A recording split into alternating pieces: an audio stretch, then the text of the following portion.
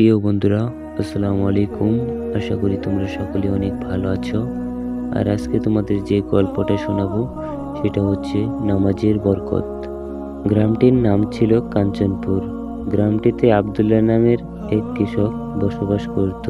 কৃষকটি দরিদ্র হলেও আল্লাহভীরু ছিল। প্রতিদিন নিয়ম করে 5 ওয়াক্ত নামাজ আদায় করত। এতে তার যত কষ্টই হোক না কেন। এক মৌসুমে ভয়ানক খরা পড়ল।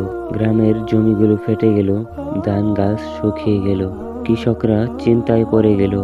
অনেকে আল্লাহকে ভুলে হতাশায় ভুগতে লাগলো। কিন্তু আব্দুল্লাহ একটু ভরসা হারালো না। তিনি প্রতিদিন ভোরে সালাত আদায় করে আল্লাহর কাছে দোয়া প্রার্থনা করত। হে আল্লাহ, তুমি আমাদের বৃষ্টি দাও, আমাদের ফসল রক্ষা করো। এক রাতে সবাই ঘুমিয়ে পড়ার পর আব্দুল্লাহ জানালার কাছে বসে দোয়া পড়ছিল। হঠাৎ সে দূর আকাশে কালো মেঘ জমতে দেখল।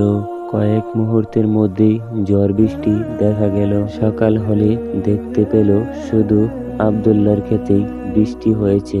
চারপাশের জমিগুলোতে এক ফোঁটাও বৃষ্টি পড়েনি। গ্রামের মানুষ অবাক হয়ে গেল আর বুঝল আল্লাহর উপর ভরসা রাখলে তিনি অলৌকিকভাবে সাহায্য করেন। এই ঘটনার পর গ্রামের মানুষ নামাজের গুরুত্ব বুঝতে পারল এবং যারা নামাজ আদায় করত না তারাও নামাজ শুরু করলো। সকলেই জানলো নামাজ শুধু ফরজ নয়, সকলের জীবনের চাবিকাঠি। এইরকম ইসলামিক অলৌকিক কাহিনী শুনতে আমাদের চ্যানেলটি সাবস্ক্রাইব বা ফলো করে পাশেই থাকুন।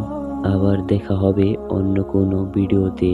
সকলেই ভালো থাকবেন, সুস্থ থাকবেন। আল্লাহ হাফেজ।